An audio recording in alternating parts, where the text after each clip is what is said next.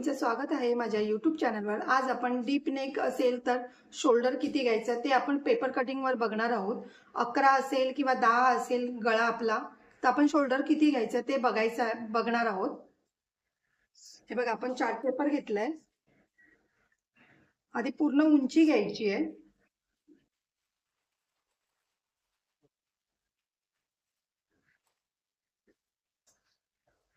पूर्ण उंची आपण 14, नॉर्मली 14 किंवा 13.5 असते।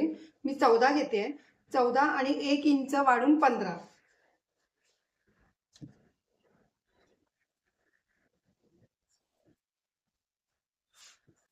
हे बघा, 15 घेतलंय। आता आपण शोल्डर घ्यायचंय। शोल्डर मी आधी 5 घेते। मी तुम्हाला दाखवते, किंवा तुम्ही 5.5 पण घेऊ शकता। आपलं जसं छातीचं माप असेल त्यानुसार आपण घेऊया। मी 5.5 घेते। मुंडा घ्यायचा आहे। मुंडा 6, इकडे पण 5.5 वर मार्किंग करायचंय।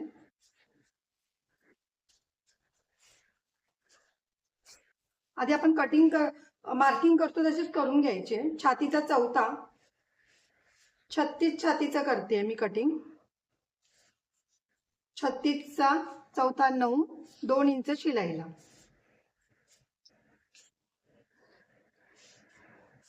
कमर घेर आहे 32, 8, 1 इंच टक्सला, 2 इंच शिलाईला।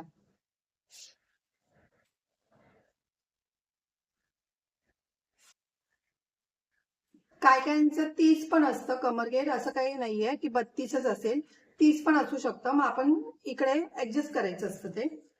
आता आपलं हे झालं मार्किंग। आता पुढचा गळा घ्यायचा आपण। पुढचा गळा, सॉरी, मागचा गळा। आता आपला 10 आहे मागचा गळा।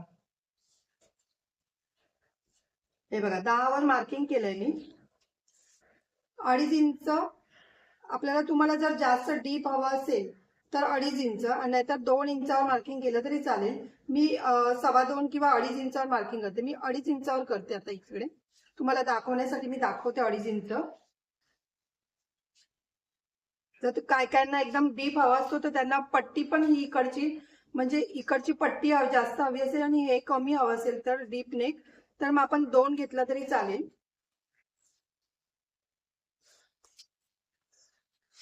हे बघा, हे असं मार्किंग करून घ्यायचंय।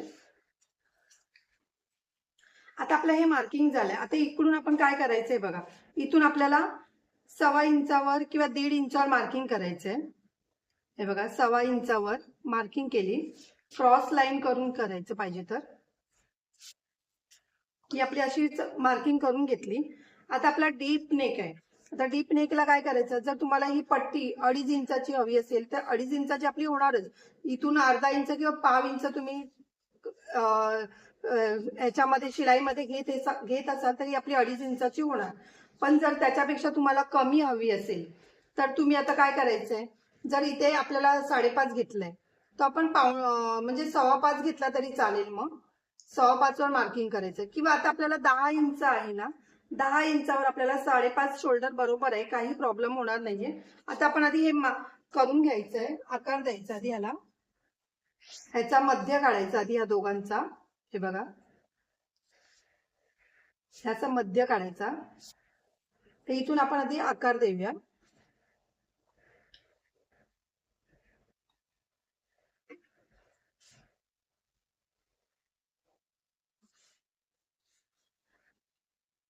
हे बघा, आपला आकार बरोबर आलाय। आता आपल्याला इकडे काय करायचंय बघा, आता आपण इकडे काय घेतलंय, 9 इंच, म्हणजे छातीचा चौथा घेतलाय। आता आपला हा डीप नेक आहे। डीप नेक असेल तर अर्धा इंच किंवा पाव इंच कमी करायचं। इथे पाव इंच बघा कमी केलं, इकडे मागे घ्यायचं। त्याच्यानुसार इथे पुढे आपण 2 इंच शिलाईला, हे असं घेतलं 2 इंच शिलाईला। मग आपण हे इकडून मार्किंग करून घ्यायचं। हे घ्यायचं नाही, हे बघा, हे घ्यायचं नाहीये। आता आपण इथून डीप नेक आपल्याला जर ब्रॉड हवा असेल तर इथून पाव इंच बाहेर घ्यायचंय।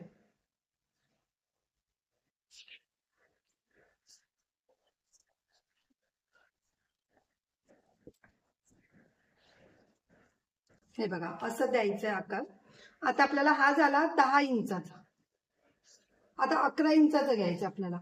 11 इंचला काय करायचं बघा, इकडून 11 इंचावर मार्किंग करायची आधी, इकडून पण 2.5 इंच.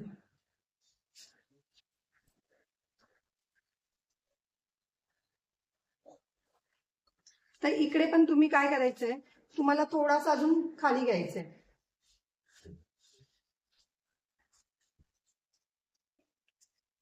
हा आला आपला 11 इंचाचा. आता 11 इंच घेतलाय ना आपला, मग हा शोल्डर आपला असा ब्रॉड होणार. ब्रॉड होणार असेल तर आपण काय करायचं, इकडून परत 1/2 इंच आतमध्ये घ्यायचंय. इकडून 1/2 इंच आतमध्ये घ्यायचंय आणि परत इकडून पण 1/2 इंच आतमध्ये घ्यायचंय आणि इकडून आपण ही लाईन द्यायची.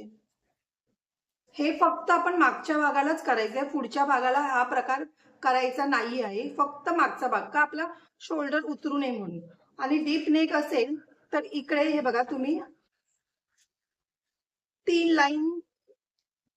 लाईन वर असं मार्किंग करायचं आणि क्रॉस लाईन द्यायची. आता आपल्याला शोल्डर बघायचंय. ते शोल्डर काय करायचं बघा, तुमचा जर डीप नेक आहे मग इथून 1/2 इंच आतमध्ये घ्यायचंय. हे 1/2 इंच आतमध्ये घेतलं, त्याच्यानंतर ही क्रॉस लाईन द्यायची अशी. क्रॉस लाईन देऊन आता आपला जो हा मागे आहे तो पुढे घ्यायचा असं.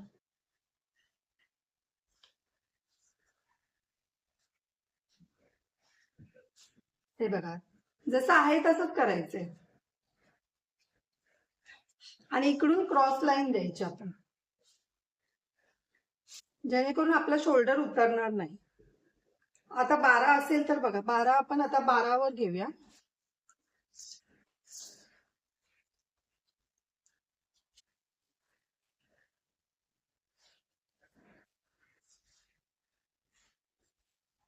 इकडे पण आपण तसंच करायचंय. काय काय नाही, पट्टी छोटी लागते. 1 इंचाची पण काय काय पट्टी करतात, सांगतात सुद्धा 1 इंचाची. माझ्याकडे 1-2 कस्टमर आहेत, त्यांना 1 इंचाचीच पट्टी लागते इकडे. मग त्यामुळे बघा, मग त्यांचं पण शोल्डर उतरत नाही अजिबात. मी त्या पद्धतीने करते ना, ह्या पद्धतीने, मग ते शोल्डर उतरत नाही. काय करायचं, परत आपल्याला इकडे 1/2 इंच आत घ्यायचंय, कारण की हा पसरत जाणार गळा तुमचा. त्यामुळे 1/2 इंच परत इथे आत घ्यायचंय आणि इकडून पण आत घ्यायचंय.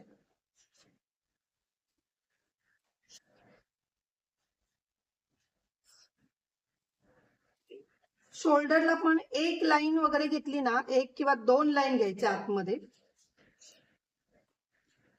आणि परत आपण इकडूनच आकार द्यायचा असा.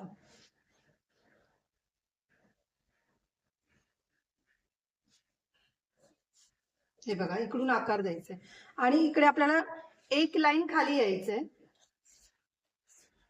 आणि अशी क्रॉस लाईन द्यायची.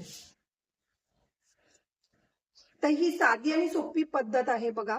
शोल्डर जर तुमचं उतरत असेल किंवा मुंड्यामध्ये फुगा येत असेल तरी सुद्धा बघा, इकडून काय करायचंय, 1/2 इंच खाली घ्यायचंय, लाईन मारायची बघा 1/2 इंचावर.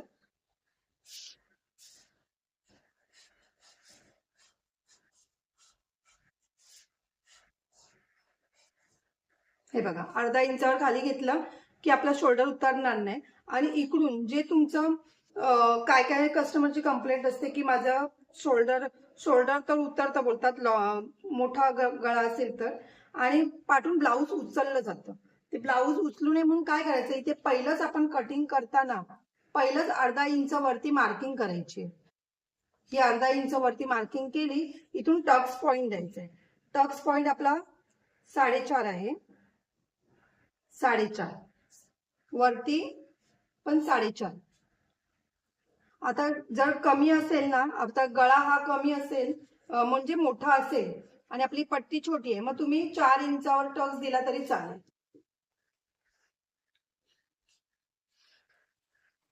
तर इथून अर्धा आणि इथून अर्धा मार्किंग करायची आहे.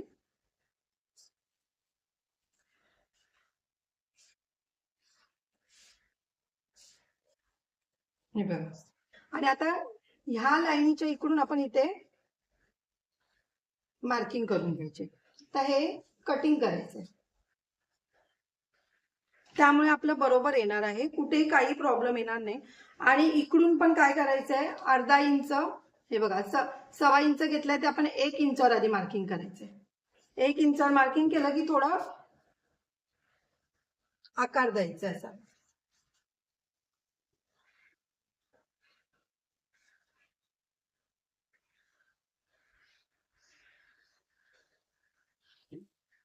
हा बघा,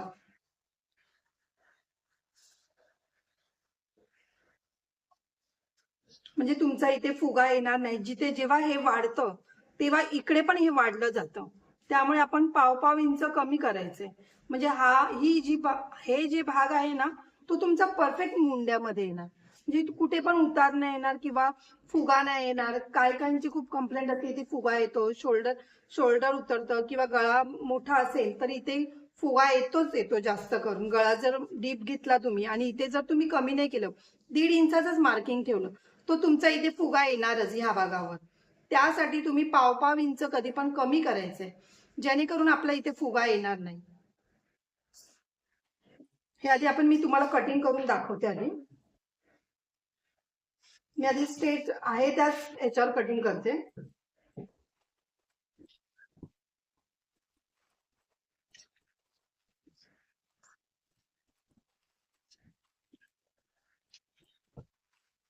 हे बघा, आपण हे इथे कटिंग करून घेतलंय. ते आता बघा, हे जर तुम्ही असं फोल्ड केलं, आपला टक्स पॉइंट येतो.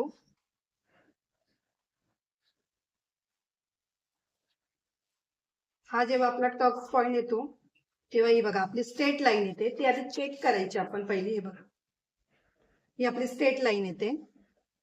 जर तुम्ही कट केलं नसतं तर ही अशी स्ट्रेट लाईन इकडे आली असती. हे जे कटिंग नाही केलंय ती स्ट्रेट लाईन अशी आली असती.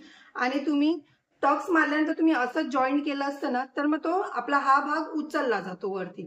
त्यासाठी हे आधीच कटिंग करून घ्यायचं, म्हणजे तुमचा पाठचा भाग उचलला जाणार नाही.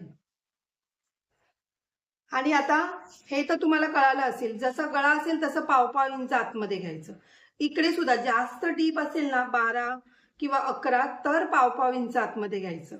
आणि शोल्डरचं पण तसंच आहे. शोल्डर पण तुम्ही तसंच करायचंय, अर्धा पाव इंच किंवा 2 लाईन आतमध्ये घ्यायचे, म्हणजे जेणेकरून तुमचं हे बरोबर आहे. तुम्ही इकडे घेऊन उपयोग नाही कमी कमी कमी, मग ते एकदम पुढचा गळा आहे ना तो आपला ताणला जातो. पुढचा गळा जो आपण पुढचा भाग करणार ना त्याच्यामध्ये मग पुढचा गळा इकडे ताणला जातो आणि इथे चुनी पडते.